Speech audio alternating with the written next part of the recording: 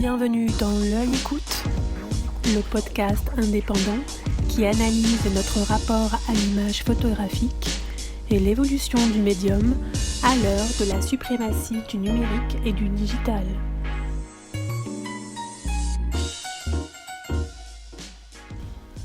Sabine Weiss devrait fêter ses 100 ans au musée de l'Élysée à Lausanne, à qui elle a fait don de l'ensemble de ses archives. Cet anniversaire célébrera une des plus grandes signatures de la photographie mondiale, estimée et admirée unanimement, qui aura connu toutes les grandes transformations liées au médium, celles du photojournalisme, des secteurs de la publicité, de la mode, celles des agences, du changement de statut de l'image. La petite abeille, comme on la nommait petite fille dans sa famille, a décidé très jeune de consacrer sa vie à faire des photos. Une étrangeté que sa famille accepta en lui permettant d'apprendre son métier auprès de Paul Boissonnat à Genève, où elle fit ses armes, en touche-à-tout hyperactive, passionnée avant tout par la chimie et la technique. Depuis sa maison atelier parisienne, elle revient avec Yannick Le Guillanton sur son long parcours photographique, marqué par un rythme de travail ininterrompu depuis qu'elle a quitté sa Suisse natale en 1946. Il faut s'imaginer le Paris d'après-guerre qu'elle découvre alors, d'abord au service des autres en tant qu'assistante du photographe de mode Willy Mewald, dans les quartiers de Montparnasse et de Saint-Germain-des-Prés, puis en indépendante. Effervescence artistique, culturelle, liberté d'être et d'agir, c'est dans cette ambiance unique, désargentée mais riche de tout le reste, qu'elle rencontre l'homme qui partagera sa vie, et surtout qu'elle arpente les rues de la ville et du monde, quand, sans télévision ni réseaux sociaux, elle grouille d'une foule bigarrée et disponible pour être immortalisée.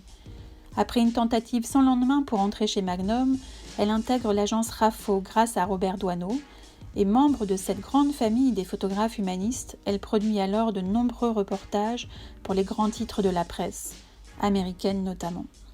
Bienvenue dans ce premier volet de L'Œil Écoute consacré à Sabine Weiss, et rendez-vous début mars pour découvrir la suite de cette très belle rencontre.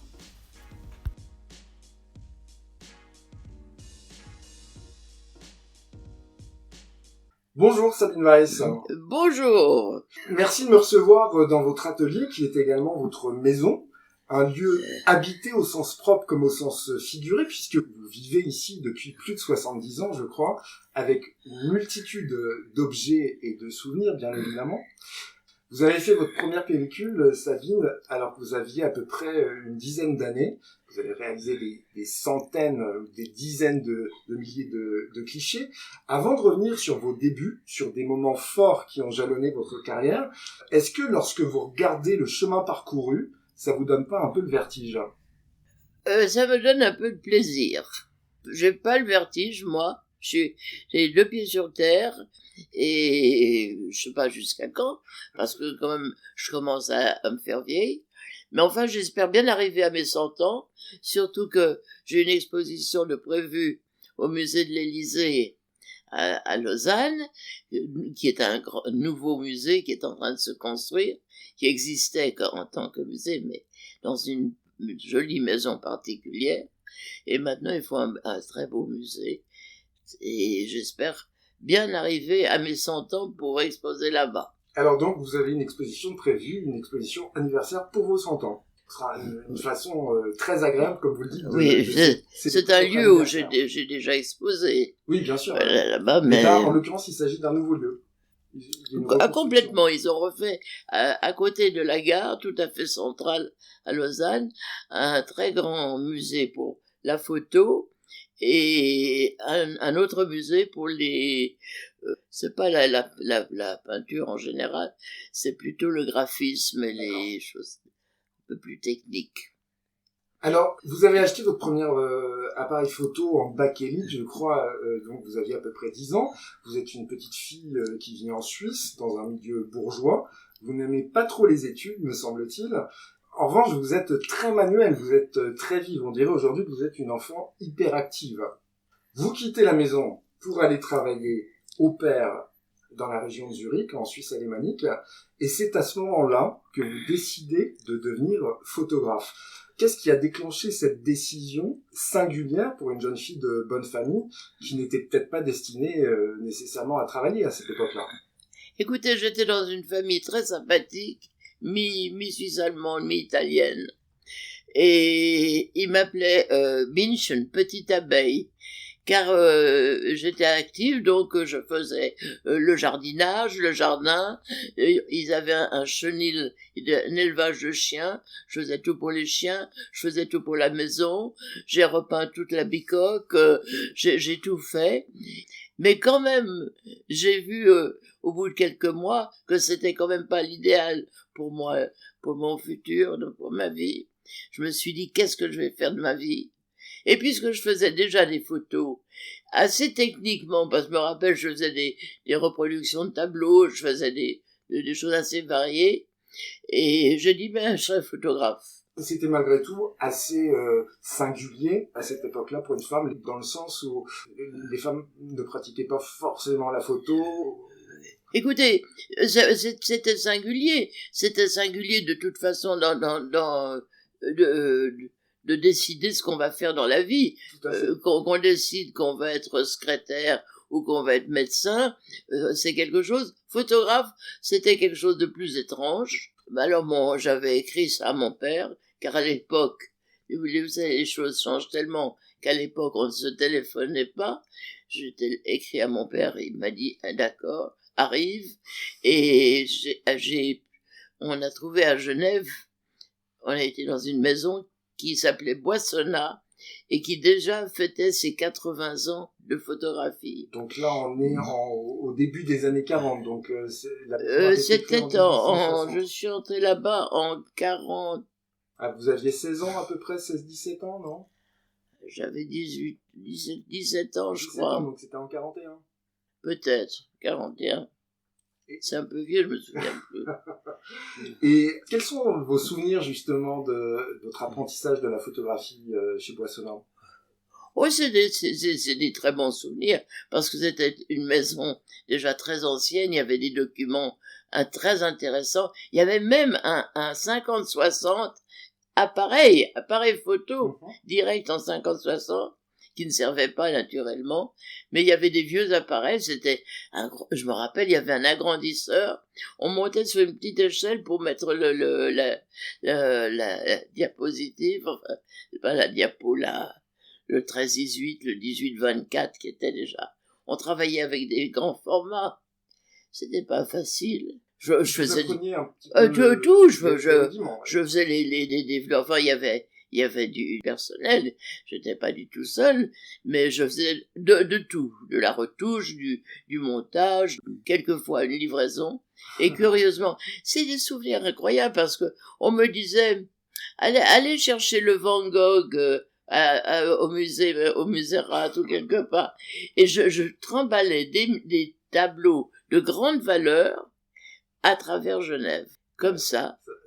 On n'avait pas peur, on n'était pas... Ça paraît inconcevable. Oui, c'était incroyable. Mais finalement, on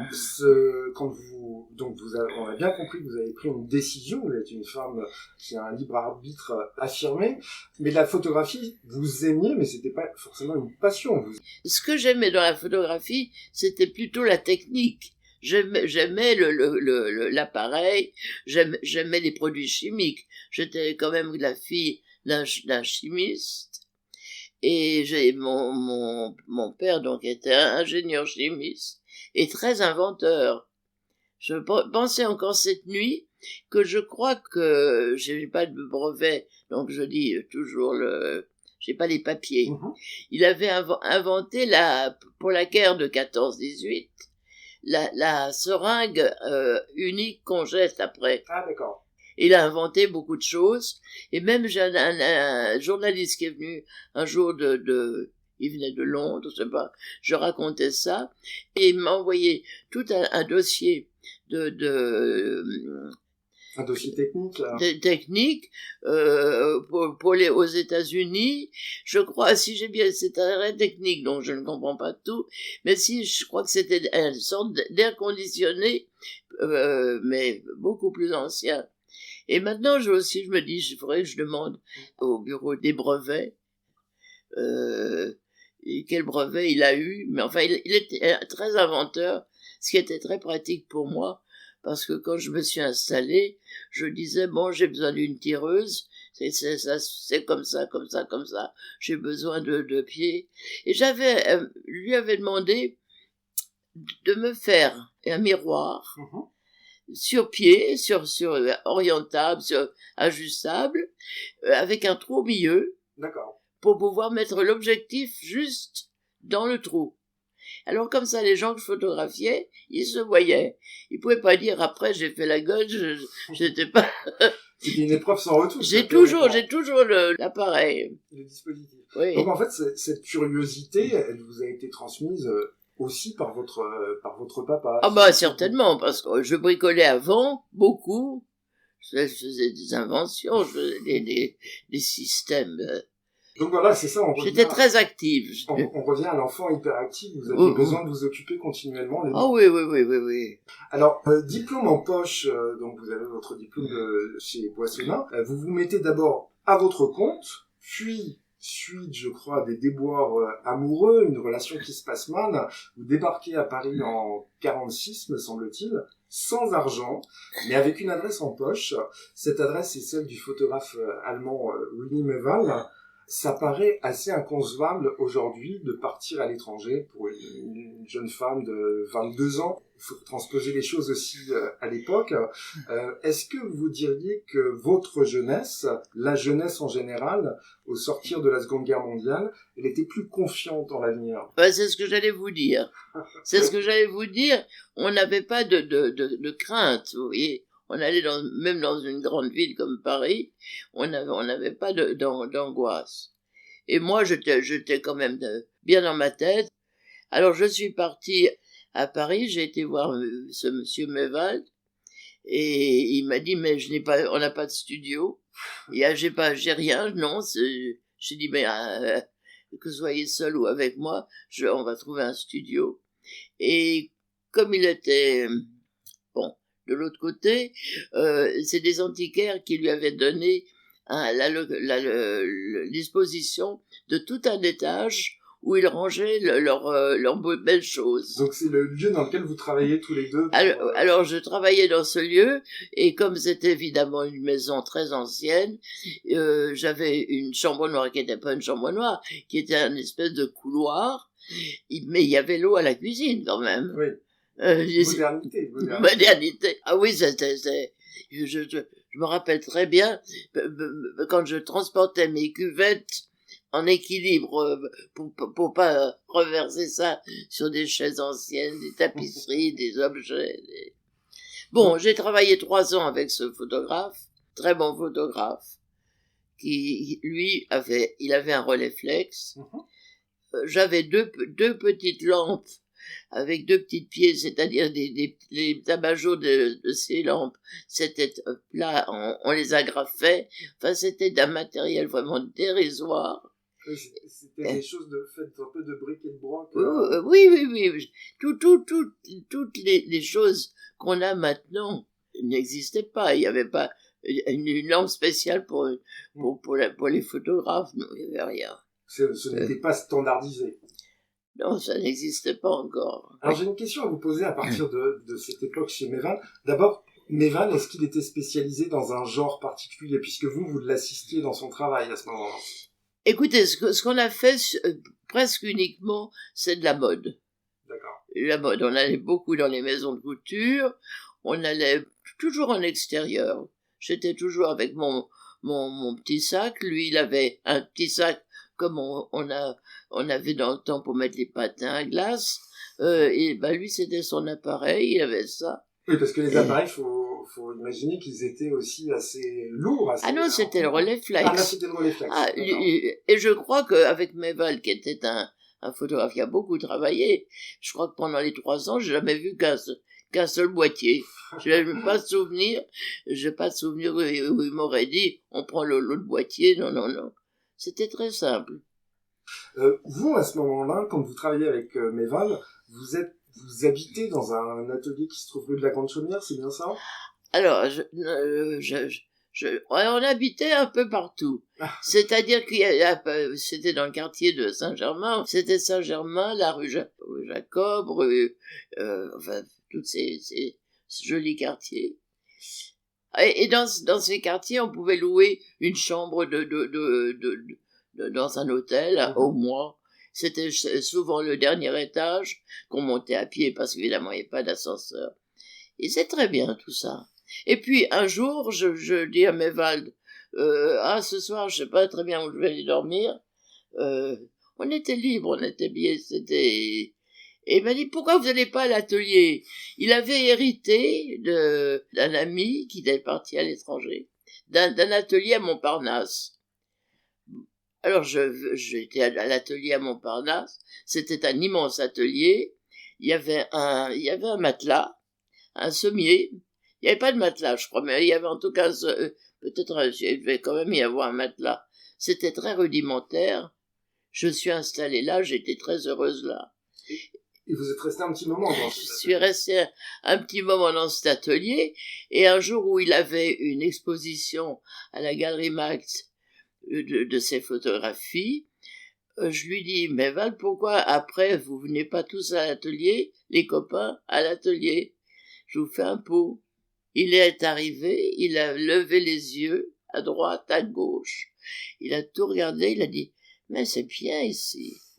J'ai dû partir. Il a fait des travaux, et moi je suis partie. Et dans le laps de temps où vous habitez rue de la Grande Chaumière, est-ce qu'il y avait, parce que c'est un quartier de peintres, de sculpteurs, d'artistes en général, est-ce qu'il y avait une survivance de l'esprit de l'école de Paris d'avant-guerre, de ces gens Modigliani, Chagall, Soutine, Trillo? Il y avait encore des artistes, il y avait Zadkine qui habitait dans le quartier, il y avait, mais je les connaissais pas tous. Vous les croisiez? On les croisait, on se croisait très libre, c'était un quartier sympathique, il y avait des choses amusantes qui s'y passaient. C'était un Paris très vivant. Sabine, je ne résiste pas à l'envie de vous demander de nous raconter la rencontre avec votre mari. Puisque ça s'est fait là-bas, ça s'est fait... Ça s'est fait alors, il y avait dans cet atelier de la Grande Chaumière, c'était à côté d'un petit restaurant, on descendait quelques marches, il y avait une cour avec des poules, et des tas de choses, oui. Des poules?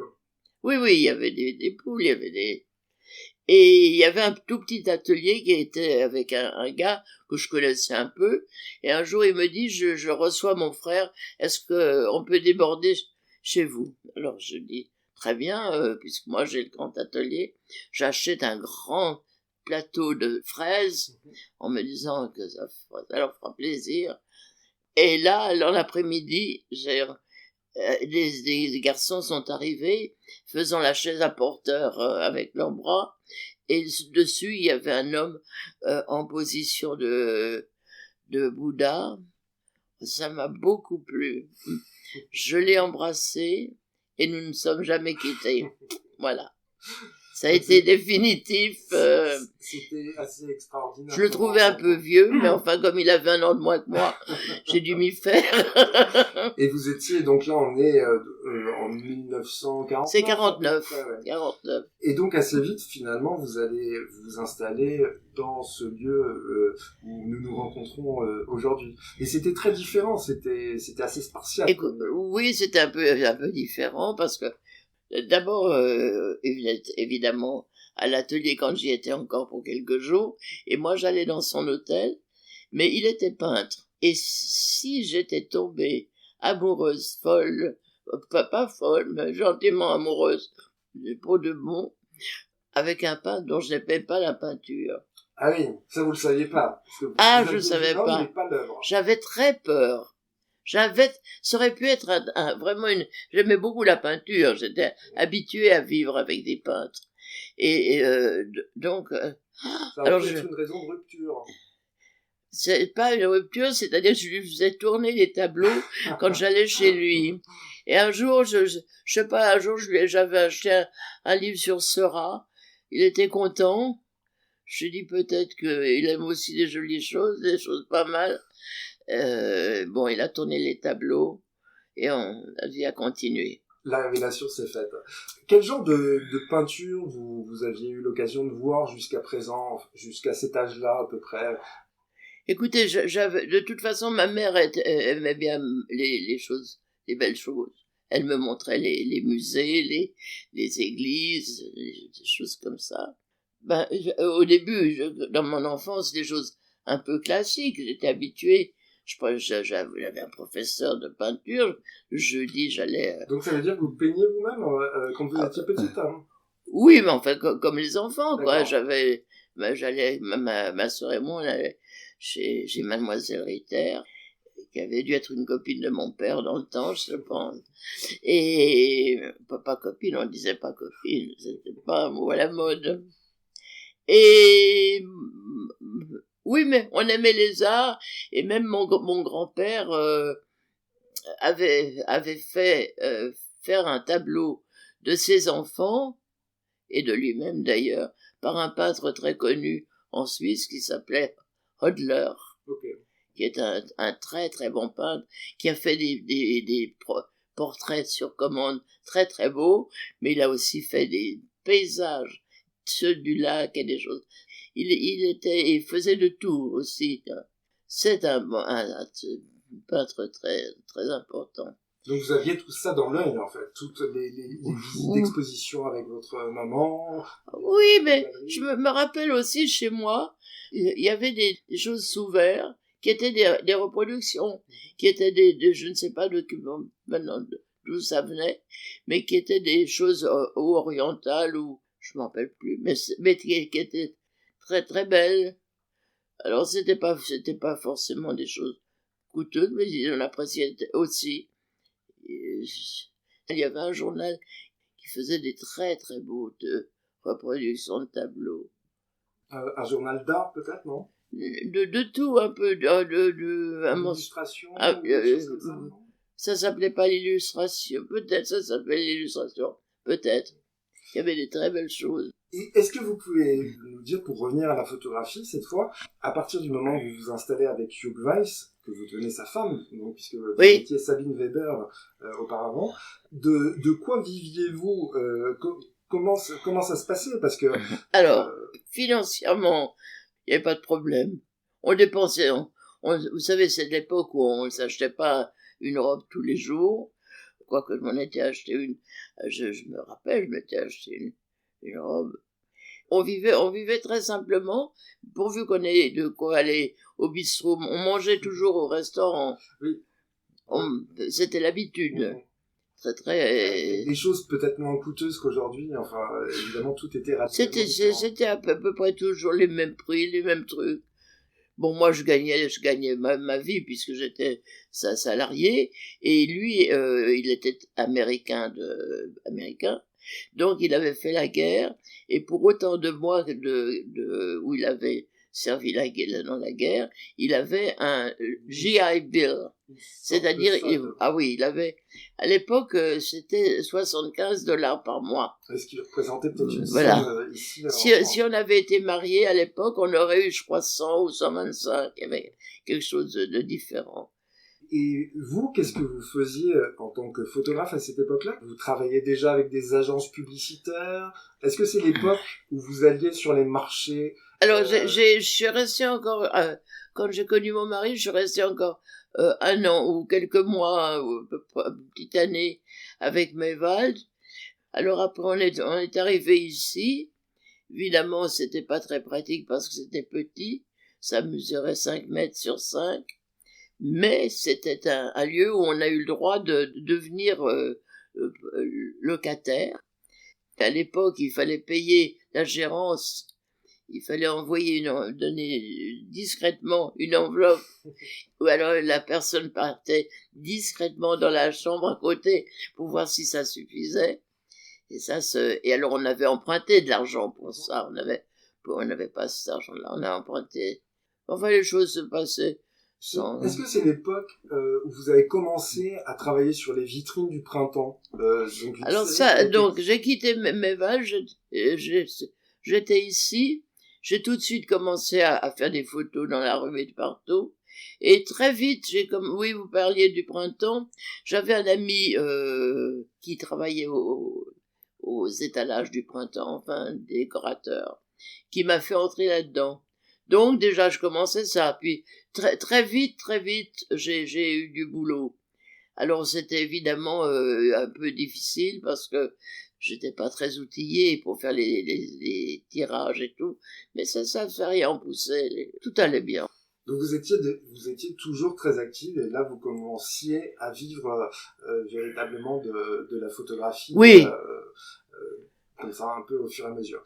Et vous venez de le dire, c'est durant vos sorties, vos voyages, vos moments libres que vous développez un travail plus personnel avec des scènes de vie, des clochards dans un Paris totalement différent. Bon, il y a des clochards des enfants, hein, dans un Paris totalement différent, avec ses terrains vagues, des nuits pleines de brouillard, et on a du mal à l'imaginer aujourd'hui sans périphérique. Le périphérique n'existe pas encore aux alentours. Non, mais c'est une époque où on n'avait pas de télévision. On avait la radio, d'accord, mais il n'y avait pas beaucoup de programmes. Il y avait des programmes le soir à midi, mais peut-être même pas toute la journée.